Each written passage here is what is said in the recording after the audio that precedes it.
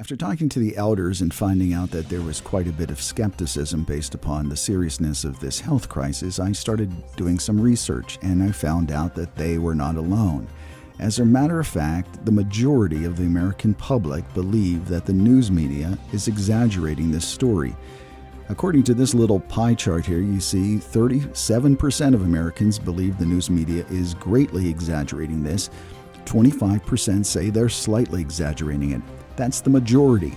Interestingly enough, people that watch Fox News believe that that network that they're currently watching is exaggerating the news by about 56%. They're smart enough to actually see through their favorite news network to realize that there's exaggeration going on there. For the CNN listeners, it's not quite as obvious, and for the MSNBC listeners, they're actually buying into most everything that they're hearing. But the skepticism happens on the Fair and Balanced News Network, which is kind of shocking, really. Does that mean that people watching that news network are more discerning? Well, probably yes. Now, I thought we would do just the facts. How many people die per month in the world? Because that's the number that you need to put this pandemic into context. And the answer to that question is about 5 million people per month pass away worldwide, 60 million annually. That's a lot of people dying of something. People who die from the common flu. Here you see, this is the World Health Organization, WHO. They estimate, and here's the numbers, between 290,000 people to 650,000 people per year.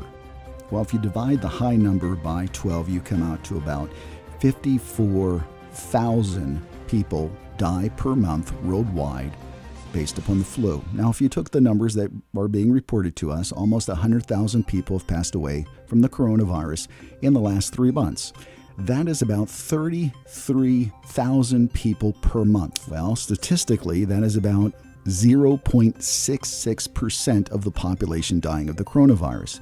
Just to put that into context, the people that die from the common flu per month is higher than that. It's almost twice as high as that. It is about 54,000 people per month.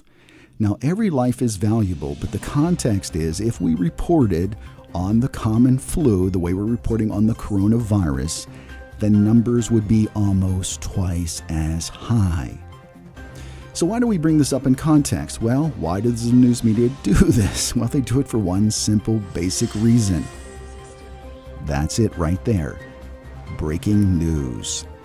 Drama drives ratings. Calmness, sophistication, putting things in context does not. How much does it drive the ratings? Well, how about this data?